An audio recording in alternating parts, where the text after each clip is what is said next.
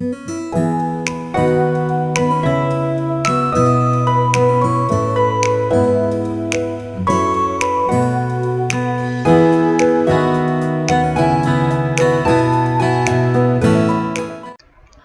Hello, good morning, नमस्ते सगळ्यांना. जय भीम. मी सीमा. स्वागत आहे आपल्या सगळ्यांचं किचन सवंगडी आणि मी या चॅनलमध्ये. कसे आहात सगळे? आशा करते की तुम्ही मस्त, स्वस्त आणि आनंदी असाल. तर इथे आता आज मी माझं दुपारचं रुटीन दाखवते.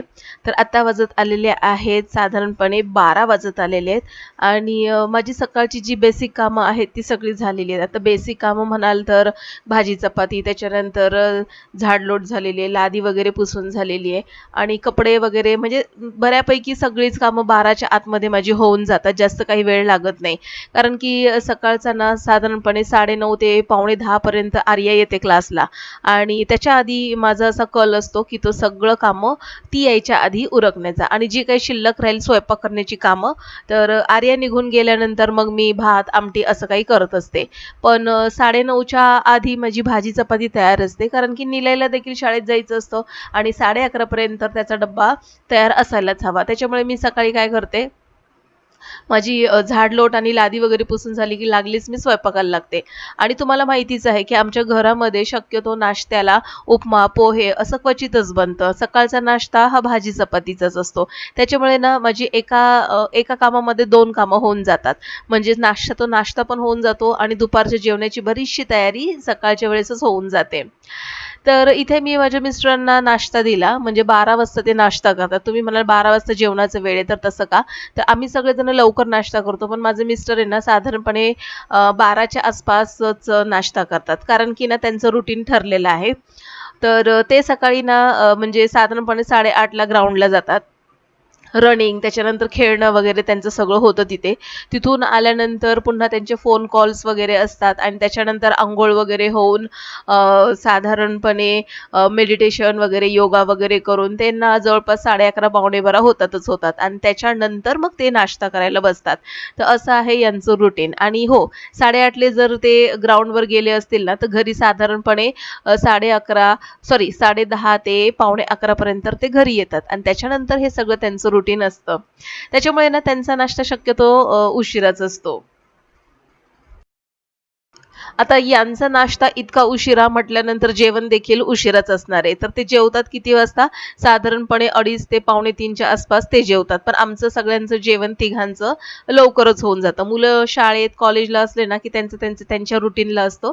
पण माझं जेवण साधारणपणे 1:30च्या आसपास आणि सकाळचा नाश्ता 9:30च्या आधीच होऊन गेलेला असतो. तर इथे ना यांनी येताना मस्तपैकी मका आणला होता, मक्याची कणसं आणि इतकी कोवळी होती ना, तर ते मला म्हणाले, की म्हणजे असं उकडवून आपण खाऊया. पण मला ना शक्यतो भाजलेली कणसं फार आवडतात खायला आणि त्यातल्या त्यात कोळशावर भाजलेली कणसं असतील ना, तर मस्तपैकी मजाच वेगळी असते. इकडे यांना नाश्ता दिलाय आणि मस्तपैकी मी कणीस जे आहे ना, आता पर्याय नसल्यामुळे, कोळसा वगैरे नसल्यामुळे मी काय केलं, गॅसवरच भाजलं. आता कोळशावर भाजलेली जी चव असते ना, ती गॅसवर येत नाही. पण तरी देखील मी गॅसवर भाजलं ते आणि त्याला मस्तपैकी लिंबू, तिखट, मीठ वगैरे लावून असं घेतलेलं आहे आणि मस्तपैकी मका वगैरे खात बसलेली आहे. आता गावी ना आता सगळं हेच असेल खायला म्हणजे जसं की मका, त्याच्यानंतर भुईमुगाच्या शेंगा आता आल्या असतील बऱ्याच ठिकाणी आणि बऱ्याच ठिकाणी यायच्या बाकी असतील. त्याच्यानंतर मुगाच्या शेंगा, तर हे सगळं असं मस्तपैकी उकडून वगैरे छान असं खाल्लं जातं. तर आता इकडे आपल्याकडे शहरामध्ये तर ती काही मजा नाहीये. पण जे काही मार्केटमध्ये मिळतंय सीझनल तर ते आपण खाल्लंच पाहिजे. तर इथे म्हणजे भाजी आमटी जी बाकी होती, आमटी आणि भात, तर ते मी करायला आलेली आहे. तर आता इथे आमटीला करायचं काय म्हणून मग यांनी येताना भाजी देखील आणलेली, शेवगा आणलेला. तर म्हटलं की चला आज मस्तपैकी डाळीत शेवगा बनवूया. तर इथे शेवगा वगैरे निवडून घेतला आणि तुम्हाला दिसत असेल सिंकमध्ये आणखीनही भांडी थोडीफार आहेत. कारण की आर्या 9:30ला क्लासला येते ना, पावणे 10च्या आसपास. तर मग ना बरीचशी कामं तशीच राहतात कारण की तिच्याकडे लक्ष देणं देखील गरजेचं असतं. म्हणून ना ती आली की पटापट मी किचन फक्त पुसून घेते आणि बाकीचं सगळं सिंकमध्ये असाच भांडी वगैरे ठेवून देते. तर स्वयंपाकाची आणि जी सकाळची जी भांडी होती ना, तर ती इतकी पडलेली. तर म्हटलं की चला वेळ आहे तर पटापट हे सगळं स्वच्छ करून टाकते. त्यानंतर मग जास्त आपल्याला स्वयंपाक वगैरे करून जेवण वगैरे करण्यातच वेळ जाणार आहे. आणि बाकीचं ना हे कामं करता माझं एडिटिंग, शूटिंग हे सगळं अधेमध्ये असं चालू असतं. जसा वेळ मिळेल तसं मी करत असते. तर इथे मी सगळी भांडी घासून घेतली. शेवगा छान असा सोलून पाण्यामध्ये घालून ठेवलेला आणि तुरीची डाळ त्याच्यामध्येच पाण्यामध्ये घालून ठेवलेली आणि मी शेवगा ना डायरेक्ट कुकरमध्ये बनवते. म्हणजे डायरेक्ट आपण डाळीला जी फोडणी देतो ना, त्याच्यातच मी डायरेक्ट शेवगा घालते. आता असं केल्याने काय होतं, एक तर म्हणजे शेवगा आणि डाळ पटकन शिजते, एकजीव होतो. म्हणजे जी आमटी आपण तयार करणार आहे. आता तुम्ही म्हणाल, की शेवगा त्याच्यामध्ये एकदम मऊ शिजत असेल, तर हो, एकदम मऊ शिजतो आणि बऱ्याचदा असं होतं, की मुलं ना शेवगा वगैरे खात नाहीत. तर अशा वेळेस काय करायचं, डाळीत शिजलेला जो शेवगा आहे ना, त्याच्यातच मॅश करायचा तो आणि त्याची सालं पटापट काढून घ्यायची. तर त्याच्यामुळे ना डाळीमध्ये शेवगा पूर्णपणे असा त्याचा जो पल्प आहे, गर आहे, तो पूर्णपणे डाळीत मिक्स होता आणि मुलांना मेन कळत नाही. तर इथे मला कुकर हवा होता शेवग्याची आमटी करण्यासाठी. तर एका साईडला मी तो कुकर रिकामा करून घेतलाय, कारण की कुकरमध्ये मी पाणी भरून ठेवलेलं. आता तुम्हाला माहिती आहे मध्यंतरी आता 2-3 दिवसापूर्वी पाण्याचे खूप प्रॉब्लेम झालेले. म्हणून मग मी काय केलं, फिल्टर म्हटलं हा नीट व्हायच्या आधी एक्स्ट्राचं पाणी भरून ठेवते. एक्स्ट्राचं पाणी वगैरे जे भरून ठेवलेलं आता कुकर पाहिजे म्हणून मग मी काय केलं, त्या पाण्याचं करायचं काय, तर बाउलमध्ये पाणी घेतलं, त्याच्यामध्ये लिक्विड सोप घातला भांड्यांचा आणि ही जी माझी फुलदाणी आहे ना, तर आर्टिफिशियल फ्लावर्स येते, तर हे ना मला साफ करायचे होते. तर म्हटलं की चला या पाण्याचा उपयोग आता हे फ्लावर्स साफ करण्यासाठीच आपण वापरूया. ही अशी आर्टिफिशियल फुलं ना दिसायला खूप सुंदर दिसतात आणि घरामध्ये जर तुम्हाला सजावट वगैरे करायची असेल ना, तर या फुलांची सजावट तुम्ही नक्कीच करू शकता. आता याचा ॲडव्हांटेज म्हणजे असा, की ही फुलं म्हणजे थोडीफार धूळ वगैरे चढली ना, तर लगेच लिक्विड सोपमध्ये घालून आपण ती धुवून घेऊ शकतो. तर लगेचच स्वच्छ होतात. त्याला काही जास्त घासावं, चोळावं, असं धुवावं लागत नाही. नुसतं आपण पाण्यातून असं 2-3 वेळा असं नुसतं हलवून जरी काढली ना, तरी ते स्वच्छ होऊन जातात. तर माझ्याकडे एक मोठी आणि एक छोटी अशी एक फ्लॉवर पॉट होते, तर ते दोन्हीही आता मी स्वच्छ करतीये. आणि दुसरी महत्त्वाची गोष्ट ना, ताजी फुलं तर ही सुंदर दिसतातच, पण ताज्या फुलांना ना काही दिवस ते टिकतात आणि त्याच्यानंतर ते आपल्याला फेकून द्यावे लागतात. तर अशा वेळेस मला असं वाटतं, की आर्टिफिशियल फुलं जी आहेत ना, तर ती एकदम बेस्ट आहेत.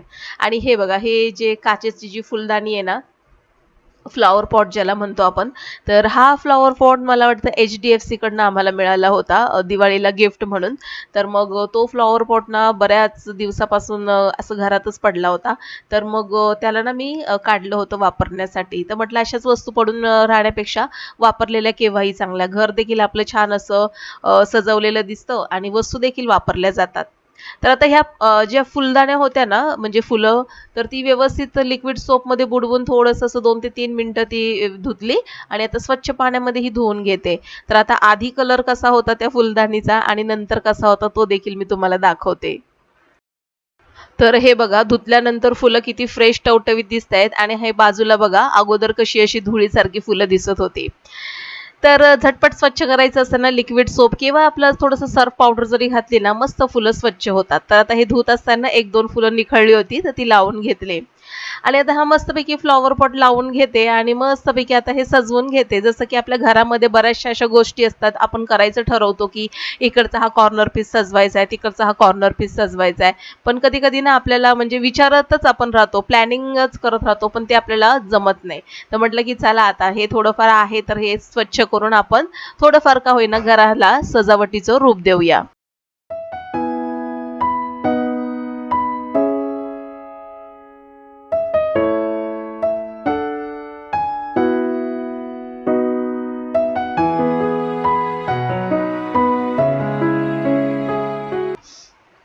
तर इकडे एका साईडला वेल लावलाय, फ्लॉवर पॉट आहे आणि आता इथे आम्ही दोघं जण फुटबॉल मॅच बघतोय.